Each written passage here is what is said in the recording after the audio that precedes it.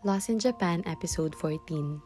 Everyone is talking about parents struggling to give their children a better life, but no one is talking about children striving to be better, to give back to their parents bago pa mahuli ang lahat.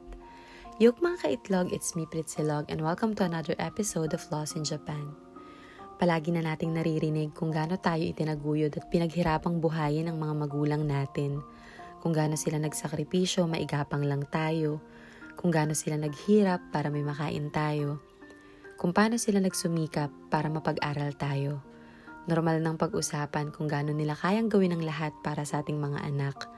Pero paano naman tayong mga anak?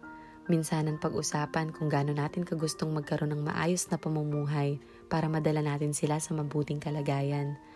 Napakadalang mapansin kung anong bigat yung nakapatong sa balikat natin.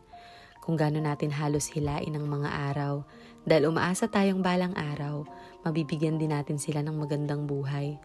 Na darating ang araw na masasabi nating, Ma, Pa, ako na ang bahala.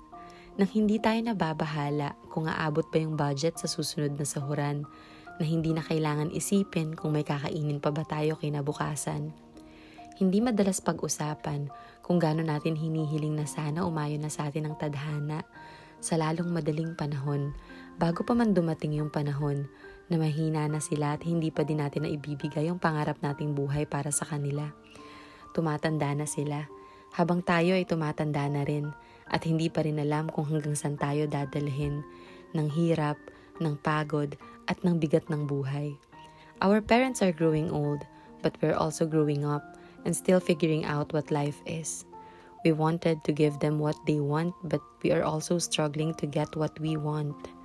Kung pangarap ng magulang ang magtagumpay ang mga anak, pangarap din naman ng mga anak na magtagumpay para sa mga magulang. To all the children who are doing their very best, God bless. Ja Mata.